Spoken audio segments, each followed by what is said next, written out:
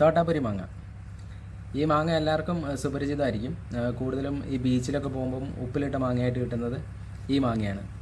ഇതങ്ങനെ പഴുപ്പിച്ച് ഞാൻ കഴിച്ചിട്ടില്ല, ആദ്യമായിട്ടാണ് കഴിക്കാൻ പോകുന്നത്. ഇതിൻ്റെ ടേസ്റ്റ് എങ്ങനെയാണെന്ന് നോക്കാം. ഈ മാങ്ങയുടെ സ്കിന്നിന് മറ്റു മാങ്ങകളുടെ സ്കിന്നുമായിട്ട് കമ്പയർ ചെയ്യുമ്പോൾ അത്രയ്ക്ക് കയ്പില്ല. അതുപോലെ തന്നെ തത്തമ്മയുടെ ഫേസുമായിട്ട് ഈ മാങ്ങയ്ക്ക് എന്തൊക്കെയോ സാമ്യമുണ്ടെന്നാണ് ചിലർ പറയുന്നത്. മറ്റു മാങ്ങകളായിട്ട് കമ്പയർ ചെയ്യുമ്പോൾ ഇതിൻ്റെ ഫ്ലഷിന് കുറച്ചുകൂടെ ഫേംനെസ് ഉള്ളതായിട്ട് എനിക്ക് തോന്നി. ചെറിയൊരു ജെല്ലി മോഡലാണ് ഇതിൻ്റെ ഫ്ലഷ്. പ്രോപ്പർ ജെല്ലി അല്ല, കണ്ടപ്പോൾ അങ്ങനെയാണ്, പിടിച്ചപ്പോഴും അങ്ങനെയാണ് തോന്നിയത്. ചെറിയൊരു ജെല്ലി മോഡൽ ഫ്ലഷ് ആണെന്നാണ് എനിക്ക് തോന്നിയത്. ഇനി ടേസ്റ്റ് ചെയ്ത് നോക്കട്ടെ.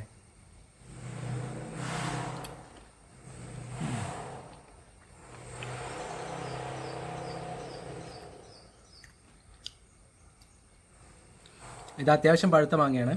ഇതിന് മധുരമുണ്ട്, പിന്നെ ചെറിയൊരു പുളിയുണ്ട്, പിന്നെ ലൈറ്റായിട്ട് ഒരു സ്പെഷ്യൽ ടൈപ്പ് മാംഗോ ഫ്ലേവർ. കൂടുതലും വരുന്നത് മധുരവും പുളിയുമാണ്.